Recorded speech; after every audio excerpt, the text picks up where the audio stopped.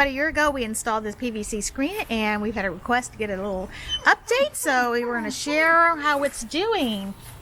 And actually, structurally, it is absolutely fine. It's a little wobbly here on the ground because we've taken this out several times for construction for the neighbors and during hurricanes. Now, cosmetically, it really could use some freshening up. It needs to be really cleaned.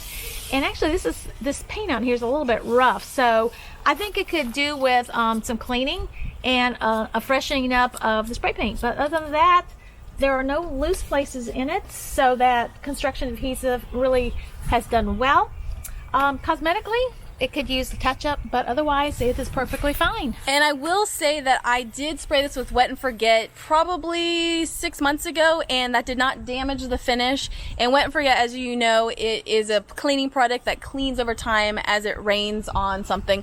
I do want to say, since we did this, we had new neighbors. I had new neighbors move in over here, and if you notice in the first video, the side of the house was like really dirty, and that really bothered me, but it wasn't my house to clean. So it is now clean. My neighbors are awesome.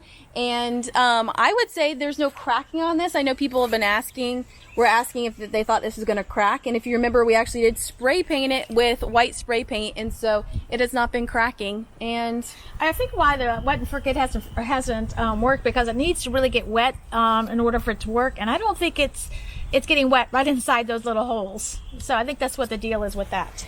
But overall, it is standing up really nicely, and we're actually working on a project that's very similar to this right now, and we'll be posting that very much in the near future. So thanks for asking about the update, and if you have any more questions, let us know in the comments below.